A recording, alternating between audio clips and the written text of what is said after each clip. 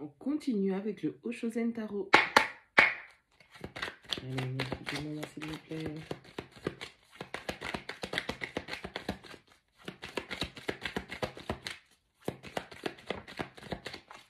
Merci. Allez, avec la numéro 11, on est en train de se libérer des pensées limitantes, des schémas limitants, des blocages au niveau de la pensée. On avait des préjugés, des a priori, on est en train de se débarrasser de tout ça. On peut aussi expliquer que on est en train de briser une certaine façon de se présenter à l'étranger. Peut-être qu'on nous voyait fermés, comme un mur, une personne inaccessible. Et donc les étrangers vont nous percevoir d'une nouvelle façon.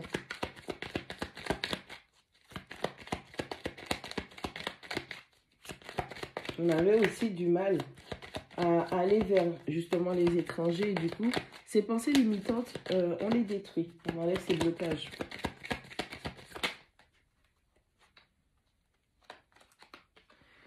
Avec la 19, on parle de votre innocence. Allez, on profite. On parle du fait d'être chanceux. Allez, c'est votre innocence qui vous rappelle des opportunités, des aubaines, de la chance. Le fait d'être simplement là, sans aucune attente, sans aucune manipulation, fait que vous avez toujours de la chance. Vous serez toujours dans la chance. Avec les compromis, la numéro 6. Faites attention aux masques que vous pouvez porter quand vous avez des conflits qui se lèvent. À part ça, dans une relation, dans un couple, dans un duo avec un frère d'âme, frère d'armes aussi, mais avec un frère d'âme, cette personne avec laquelle vous êtes, vous vous complétez, on vous dit qu'il va falloir faire des compromis dans votre situation. Il va falloir négocier, trouver des ententes pour pouvoir mettre les choses en place afin que tout cela puisse se manifester dans votre vie. On va se débarrasser des pensées limitantes, on reste dans l'innocence parce qu'on est on est bienveillant. Il va falloir faire des compromis avec cette personne. Allez, avec la maturité, on vous dit qu'il est temps de grandir. Il est temps de prendre un coup de maturité. Vous ne pouvez pas passer votre temps à être irresponsable. Il est important de croître mentalement, spirituellement.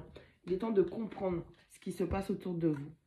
Avec la numéro 7, on dit que cette situation vous stresse. Vous avez l'impression de devoir jongler entre plusieurs situations, de devoir trouver un équilibre et de ne pas être pris au sérieux. Allez, avec la numéro 5, Clingy de Passe, on vous dit que votre état mental est bloqué par votre passé. Il est temps de procéder à un nettoyage plutôt mental au niveau des situations du passé. Faites le tri. Vous n'allez pas... comment dire, vous n'allez pas appliquer votre passé sur ce que vous êtes en train de vivre actuellement. Peut-être que vous avez changé de partenaire simplement et que malheureusement, faites attention à ne pas faire payer votre partenaire actuel par rapport aux histoires du passé. Il va falloir faire le tri dans tout ça.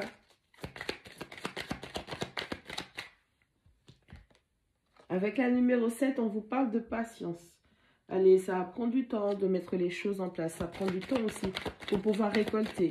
Le temps est votre capacité de gestation. C'est ce qui va vous permettre de réfléchir, d'être stratégique, de mettre les choses en place. Le temps que tout cela se manifeste petit à petit à votre rythme dans votre vie.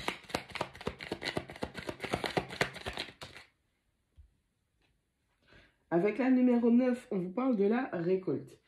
Alors oui, bien évidemment, qui dit gestation dit récolte. Donc, c'est à force de patience et de travail sur la situation, sur vous, sur votre relation, partenariat. Vous allez pouvoir aussi, au niveau du travail sur les pensées limitantes, vous allez récolter les fruits de votre labeur.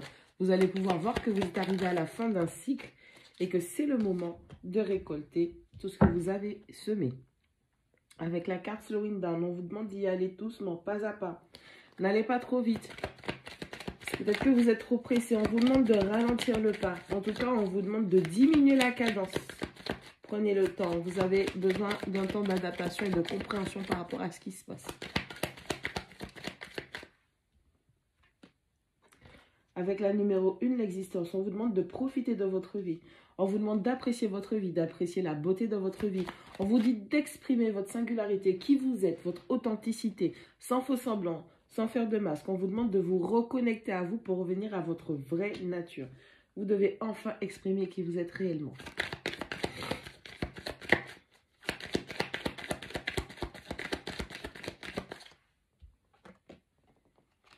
Avec la numéro 9, on parle de la fainéantise. Attention, certaines situations, certaines énergies pourraient être contre vous. Favoriser votre fainéantise, votre procrastination.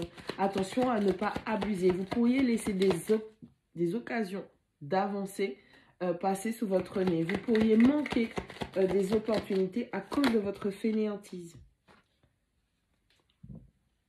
Avec la numéro 18, les vies passées.